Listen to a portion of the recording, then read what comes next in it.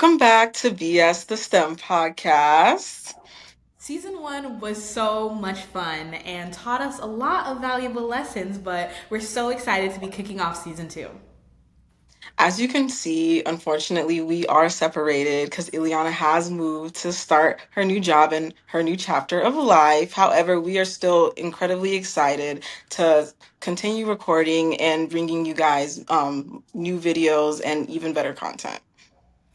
We've got some new changes for season two, so we just wanted to start off with a little mini episode to cover those, as well as some fun facts about scientific discoveries that'll serve as a great opener at your next dinner party.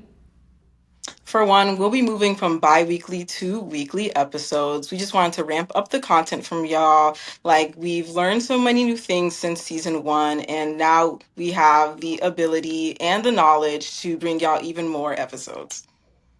We're also going to institute new categories beyond just bio and soc to further encompass exactly what STEM topics have to offer. So the two new categories that we're introducing are tech and phys. Tech is going to be covering everything technology and engineering related, and phys is going to be physical sciences, so physics, chemistry, and everything in between. And we wanted to be able to just branch out and accurately categorize all of the different topics that we're interested in. So you're going to be seeing new episode titles in the mix very soon.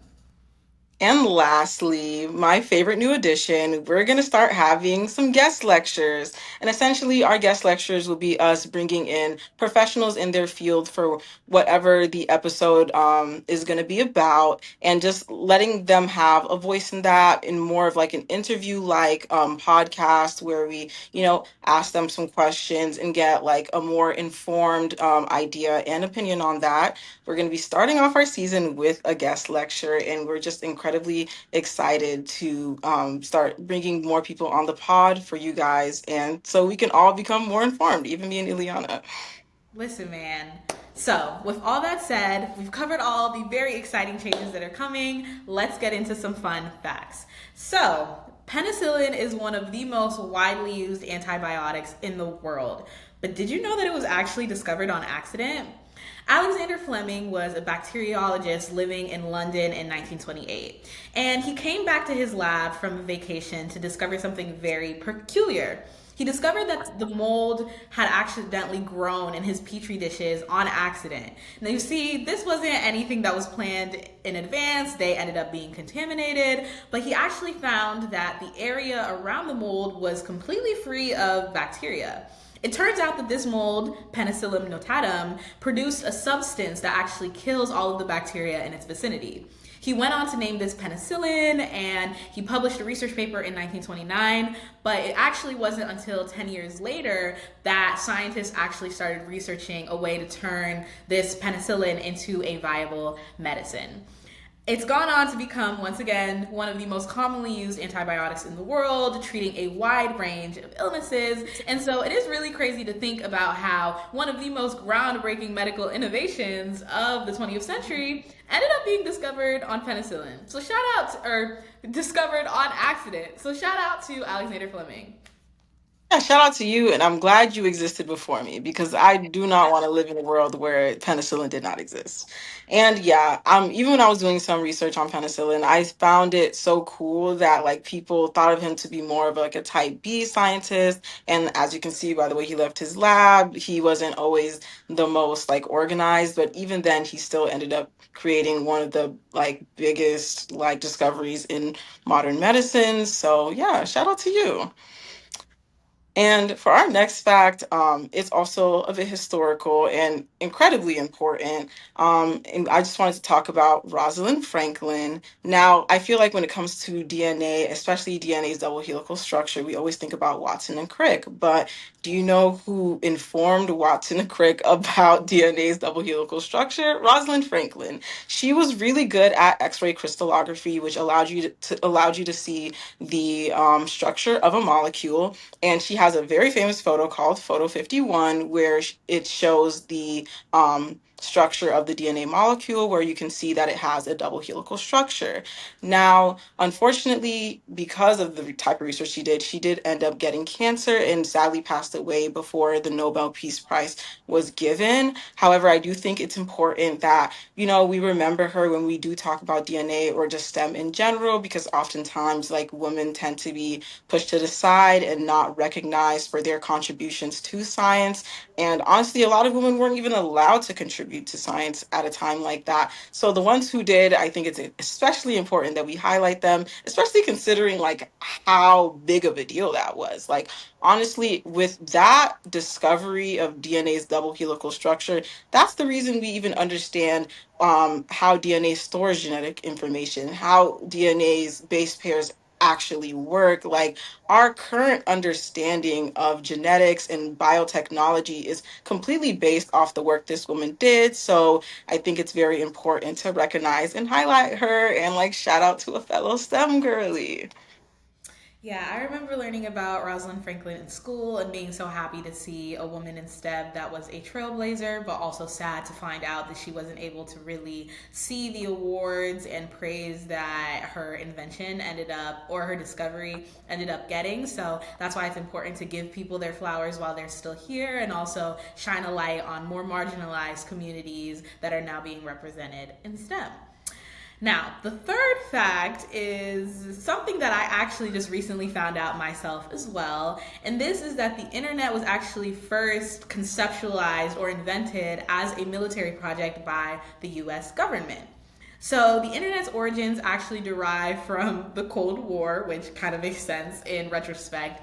And basically, there was this branch called the Advanced Research Projects Agency, or ARPA, and it was a subsidiary of the US Defense Department, and it was funded by the development of the Advanced Research Project Agencies Network, a mouthful, or ARPANET for short, and this was in the late 1960s.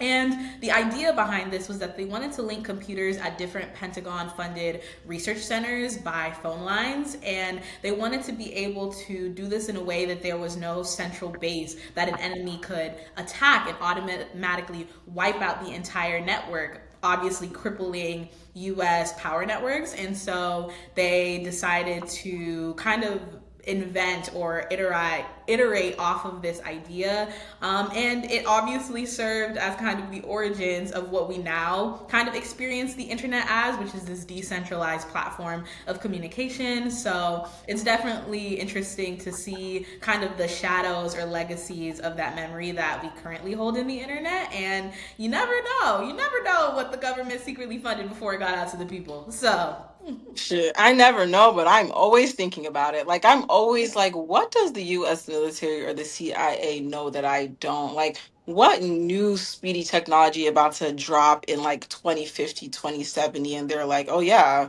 we've been on this. Like, y'all haven't caught up? Like, okay. by 2070, it's no longer my problem. So I'm just gonna move on with my life for what's left of it.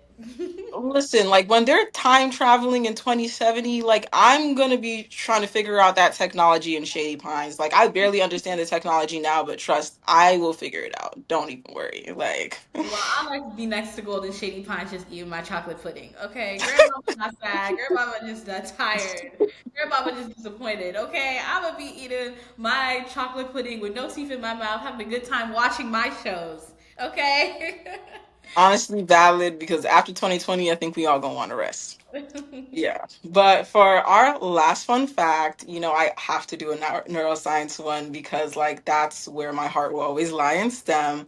I just wanted to talk about how, like, strokes are a huge part of neuroscience research. Like, I honestly was surprised even doing my major and learning that myself, but like a lot of neuroscience research almost works backwards, where we like have to look at what is going on with you, like what disease you have, what disorder you have, what's quote unquote atypical, and then we try to like figure out why that is. So the crazy thing about strokes is that it can knock out generally any physical area of your brain.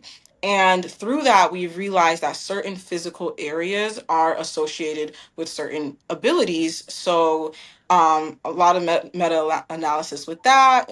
People have seen that those physical areas are broadly associated with certain functions. And obviously with like modern like biotechnology, we're able to like knock out a certain area of the brain and like bring it back. But like back then, like a stroke and these case studies were some of the main ways that we were tying like area of a brain with function. One of the biggest times that this occurred was with Paul Broca discovering the Broca's area. He had a patient that was at the moment just referred to as Tan for the safety of their identity. And essentially, Tan had a stroke, which led him to be able to comprehend language completely well, but he was not able to speak it back. And through other like strokes, which led to similar losses of function, we realized that there was a Broca's area that essentially allowed you to have the ability to produce speech. And honestly, there's just 1,001 more stories like this. And, you know, a lot of neuroscience research is so heavily contingent on people who were, you know, the first of their kind to go through something or going through something very special and very like unique and probably scary. So, you know, I just wanted to give a shout out to them as well. And that's just for the patients who allow research to even be done on you for like the greater good and the betterment of those who are going to come after you with very like similar illnesses. So yeah, shout out to y'all as well. Shout out to the patients, claps for the patients.